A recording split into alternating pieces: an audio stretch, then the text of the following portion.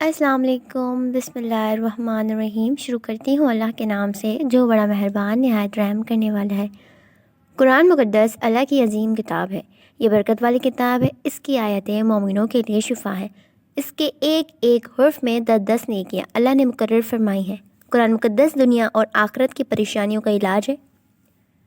قرآن مقدس رحمتوں کا خزانہ ہے، لیکن اس عظیم رحمت والے خزانے سے مالا مال ہونا ہو تو پہلے سچے دل سے بسم اللہ الرحمن الرحیم پڑھو، پھر اس خزانے کو کھولو اور زیادہ سے زیادہ اللہ کی رحمتوں کو حاصل کرو۔ جب قرآن مقدس جیسی عظیم کتاب بغیر بسم اللہ الرحمن الرحیم کے نہیں کھلتی تو دوسرے جائز کام کی برکتیں بغیر بسم اللہ الرحمن الرحیم کے کیسے حاصل ہو سکتی ہیں؟ حضرت عثمان بن عفان رضی اللہ تعالیٰ عنہ نے رسول اللہ صلی اللہ علیہ وسلم سے بسم اللہ کی نسبت سوال کیا۔ آپ نے فرمایا، یہ اللہ تعالیٰ کا نام ہے۔ اللہ تعالیٰ کے بڑے ناموں اور اس میں اس قدر نزدیکی ہے جیسے آنکھ کی سیاہی اور سفیدی ہے۔ تفسرین ابن ابی حاتم 21 موضوع باطل۔ جابر رضی اللہ تعالیٰ عنہ فرماتے ہیں، جب یہ آیت بسم اللہ الرحمن الرحیم اتری، بادل مشرق کی طرف چھٹ گئے، ہوائیں ساکن ہو گئیں، سمندر ٹھہر گیا، جانوروں نے کان لگا لیے، شیاطین پر آسمان سے شعلے گرے اور پروردگار عالم نے اپنے عزت و جلال کی قسم کھا کر فرمایا کہ جس چیز پر میرا یہ نام لیا جائے گا اس میں ضرور برکت ہوگی۔ ابن مسعود رضی اللہ تعالیٰ عنہ فرماتے ہیں کہ جہنم کی 19 دروگوں سے جو بچنا چاہے وہ بسم اللہ الرحمن الرحیم پڑھے۔ اس کی بھی 19 حرف ہیں، ہر حرف ہر فرشتے سے بچاؤ بن جائے گا۔ اسے ابن عطیہ نے بیان کیا ہے کہ لیکن کچھ ایسی جگہیں جہاں پر بسم اللہ الرحمن الرحیم پڑھنا حرام ہے، جائز ہی نہیں ہے، ہر انسان جہاں چاہتا ہے پڑھ لیتا ہے۔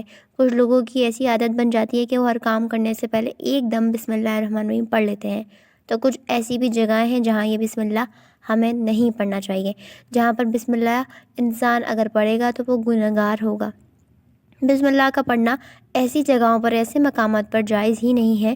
اب آپ ہی سمجھ لیں کہ کون سے مقامات پر بسم اللہ پڑھنا چاہیے اور کن مقامات پر بسم اللہ نہیں پڑھنا چاہیے۔ ناظرین، آپ نے سنا ہوگا کہ ہر کام شروع کرنے سے پہلے ہمیں بسم اللہ الرحمن الرحیم پڑھنا چاہیے، اپنی دن کی شروعات کرنے سے پہلے ہمیں بسم اللہ الرحمن الرحیم پڑھنا چاہیے، ہر اچھے کام کرنے سے پہلے ہمیں بسم اللہ الرحمن الرحیم پڑھنا چاہیے، کیونکہ بسم اللہ الرحمن الرحیم کے معنی ہے کہ اللہ کے نام سے شروع جو بڑا مہربان نہایت رحم کرنے والا ہے۔ یعنی ہم جو کام شروع کر رہے ہیں وہ اللہ کے نام سے شروع کر رہے ہیں تاکہ اللہ تعالیٰ ہمارے اس کام میں برکت عطا فرمائے۔ اور بسم اللہ پڑھنے کا فائدے بھی بہت زیادہ ہوتے ہیں کہ اگر کوئی انسان کسی کام کو بسم اللہ پڑھ کر کرتا ہے تو اللہ تبارک و تعالیٰ اس کے اس کام میں برکت عطا فرماتا ہے، اور یہ سنت بھی ہے۔ حضور صلی اللہ علیہ وسلم بہت سارے مقامات پر ہمیں بسم اللہ پڑھنے کی تاکید فرمائی ہے، اور حضور صلی اللہ علیہ وسلم نے بسم اللہ الرحمن الرحیم پڑھنے کا حکم دیا ہے۔ اب اگر آپ کوئی بھی نیک کام شروع کر رہے ہیں، اس نیک کام کو شروع کرنے سے پہلے بسم اللہ الرحمن الرحیم اگر آپ پڑھ لیں گے تو آپ کی سنت بھی ادا ہو جائے گی اور اس پر آپ کو ثواب بھی ملے گا اور اس کی برکتیں بھی آپ کو ملیں گی۔ اگر آپ نے کسی نیک کام شروع کرنے سے پہلے بسم اللہ پڑھ لیا تو پھر انشاءاللہ تعالی عز و جل آپ اس کام میں نقصان نہیں ہوگا۔ اللہ تعالیٰ خود آپ کے حامی و ناصر اور مددگار بن جائے گا، کیونکہ آپ نے اپنے اس کام کو اللہ کے نام سے شروع کیا ہے کہ ہمارا کام تھا کرنا اور بند کیا کرتا ہے تو اس کے بس میں ہوتا ہے۔ بندہ تو اسباب اختیار کرتا ہے اور بندہ کر بھی کیا سکتا ہے۔ بندے کے ذمہ صرف اسباب کا اختیار ہے کہ آپ کسی کام کو کرنے سے پہلے سبب اختیار کریں کہ ہمیں یہ کام کرنا ہے، باقی آپ اللہ کے سپرد کر دیں۔ آپ اپنے کام کو کریں، باقی جو آپ کا کام ہے وہ اللہ تبارک و تعالیٰ کے سپرد کر دیں۔ ایک مرتبہ ایک صحابی آئے اور عرض کیا، یا رسول اللہ صلی اللہ علیہ وسلم، میں پریشان ہوں، ہمارے اونٹ کہیں کھو گئے ہیں۔ تو آپ صلی اللہ علیہ وسلم نے ان کو یہ بتایا کہ اللہ پہ بھروسہ کرو اور اللہ پر بھروسہ ہی اصل چیز ہے۔ یہ بولو کہ میں نے اللہ پر بھروسہ کر لیا ہے، اللہ پاک کافی بہترین کارساز ہے۔ تو کچھ صحابہ کرام کہنے لگے، یا رسول اللہ صلی اللہ علیہ وسلم، ہمیں اللہ کی ذات پر بھروسہ ہے کہ ہم اپنے اونٹوں کو ایسے ہی چھوڑ دیں گے، اگر ہماری قسمت میں ہوں گے تو ہمارے اونٹ واپس آ جائیں گے، اور اگر مقدر میں نہیں ہوں گے تو چلے جائیں گے۔ ہمیں اللہ کی ذات پر بھروسہ ہے۔ تو آپ صلی اللہ علیہ وسلم نے فرمایا نہیں، پہلے اپنے اونٹ کو باندھو، پھر اللہ کی ذات پر یقین کرو، پھر اللہ کی ذات پر بھروسہ کرو، یعنی ہمارے ذمے جو کام ہے وہ ہمارے اوپر کرنا لازم ہے۔ اسباب کا انکار کرنے والا جاہل ہوتا ہے۔ اسباب کا انسان انکار نہیں کر سکتا، نہیں ہم تو ہاتھ پہ ہاتھ رکھ کر بیٹھ جائیں گے، اب اللہ تبارک و تعالیٰ کھلائے گا کیونکہ وہ رازق ہے، وہ ہمیں کھلائے گا، لیکن آپ اپنی محنت کیجیے، دعا کیجیے، اللہ تعالیٰ سے مانگنے کی عادت بنا لیجیے، اپنی محنت کیجیے، آپ اسباب اختیار کیجیے، پھر اللہ کی ذات پر چھوڑ دیجیے۔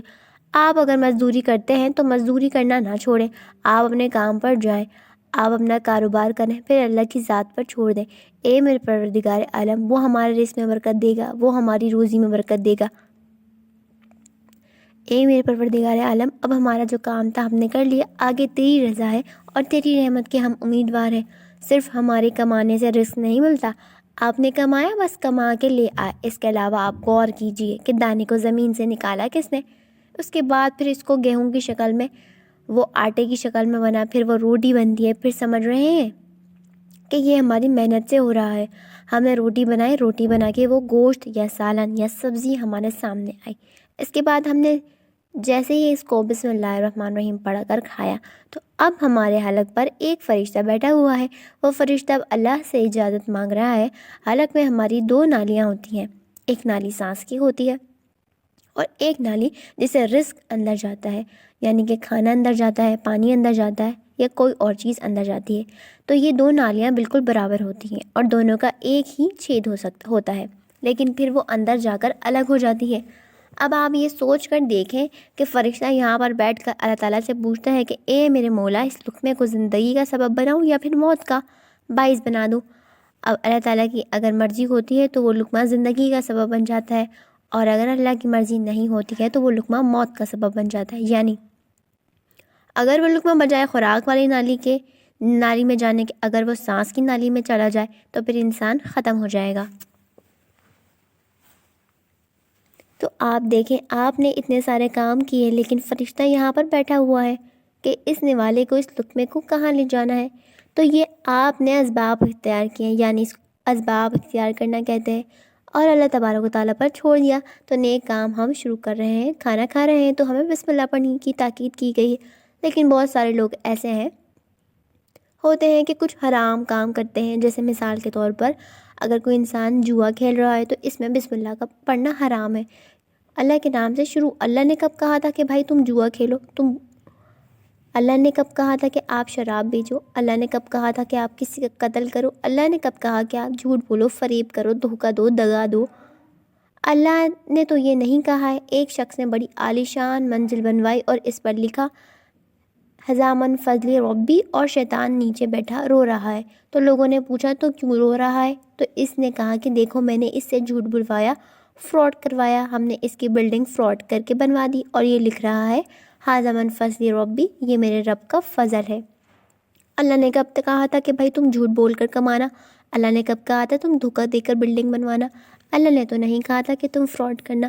تو مقصد صرف یہ ہے کہ شیطان تو ہر طرح سے انسان کو بہکاتا ہے، تو اس لیے حرام کاموں سے پہلے ہمیں بسم اللہ ہرگز نہیں پڑھنا چاہیے۔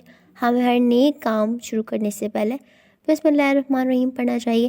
ہمیں احتیاط رکھنا چاہیے کہ جب ہم باتھ روم کے اندر داخل ہو چکے ہوں، نہانے سے قبل بسم اللہ نہ پڑھیں، ہاتھ باتھ روم میں جانے سے پہلے ہم بسم اللہ الرحمن الرحیم پڑھیں، اور باتھ روم کے نکلنے کے بعد جب کپڑے پہنیں تو پھر بسم اللہ پڑھ لیں۔ اور کوئی انسان کاروبار کرتا ہے، اب اس نے جھوٹ بولا اور پھر اس کے بعد پیسے لیتے وقت بسم اللہ الرحمن الرحیم پڑھا، تو ایسی جگہوں پر جہاں پر حرام کام کوئی بندہ کرتا ہے، جھوٹ بولتا ہے، دغا دیتا ہے، دھوکہ دیتا ہے، کسی کو قتل کرتا ہے، تو وہاں پر بسم اللہ الرحمن الرحیم نہیں پڑھنا چاہیے، کیونکہ اللہ تبارک و تعالیٰ نے آپ کو دنیا میں چھوٹ دے رکھی ہے، جیسا کرو گے ویسا بھرو گے۔ اللہ سب کو دیکھ رہا ہے، کون کیا کر رہا ہے، تو جو کچھ کم ہم کر رہے ہیں نا، صحیح یا پھر غلط، اس کے بعد پھر لوگ کہتے ہیں کہ یہ تو اللہ کی مرضی ہے، لیکن یاد رکھنا کہ اللہ کی مرضی نہیں، اللہ کی اجازت ہے، اللہ نے آپ کو اجازت دی ہوئی ہے، بس اللہ نے چھوٹ دی ہوئی ہے کہ لو کر لو دنیا میں جیسا کرنا ہے۔ اللہ ظالم کو ڈھیل دیتا ہے لیکن جب پکڑتا ہے تو چھوڑتا نہیں ہے، اللہ ظالم کی رسی دراز کر دیتا ہے۔ اللہ کی پکڑ بڑی سخت ہے، تو دنیا میں اللہ دیکھ رہا ہے، یہ مرضی نہیں ہے اللہ کی آپ کے گناہ کرو، لیکن اللہ نے بس اجازت دی ہوئی ہے کہ آپ کر لو، دیکھتے ہیں کتنا کرو گے۔ ایک دن آؤ گے میرے پاس، جب آؤ گے تب ہم فیصلہ کریں گے، کیونکہ ہر انسان نے موت کا ذائقہ چکھنا ہے۔ کلو نفس ذائقۃ الموت، اور قبر کے اندھیروں میں جانا ہے۔ ہمیں یہ سمجھنا چاہیے کہ کون سا کام ہمیں کب کرنا چاہیے، کب نہیں کرنا، اور کون سا کام ہمیں نہیں کرنا چاہیے۔ اگر سنت رسول صلی اللہ علیہ وسلم پر عمل کریں گے تو اللہ تعالی ہمیں کامیاب کر دے گا، دنیا میں بھی اور آخرت میں بھی انشاءاللہ۔ اللہ پاک ہمیں بہتر عمل کرنے کی توفیق عطا فرمائے اور ہمارا خاتمہ ایمان پر فرمائے، آمین۔ ناظرین آئے سب اللہ تعالیٰ سے دعا کرتے ہیں، آپ آمین ضرور کہیں اور ہاتھ اٹھائیں، ہو سکتا ہے ہم میں سے کسی ایک کی دعا قبول ہو جائے۔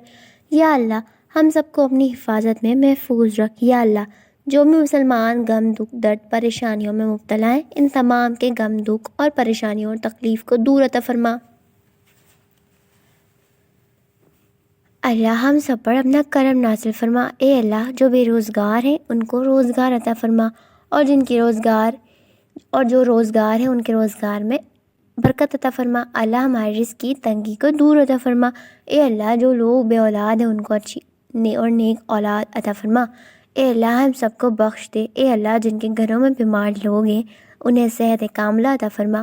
اے اللہ جو بہنیں اچھی رشتوں کے لیے تلاش میں ہیں، جو گھروں میں بیٹھی ہوئی انتظار میں ہیں، ان کے نصیب میں اچھے رشتے لکھ دے۔ وہ بھائی جو اچھے رشتوں کے انتظار میں ہیں ان کے نصیب میں اچھے رشتے لکھ دے۔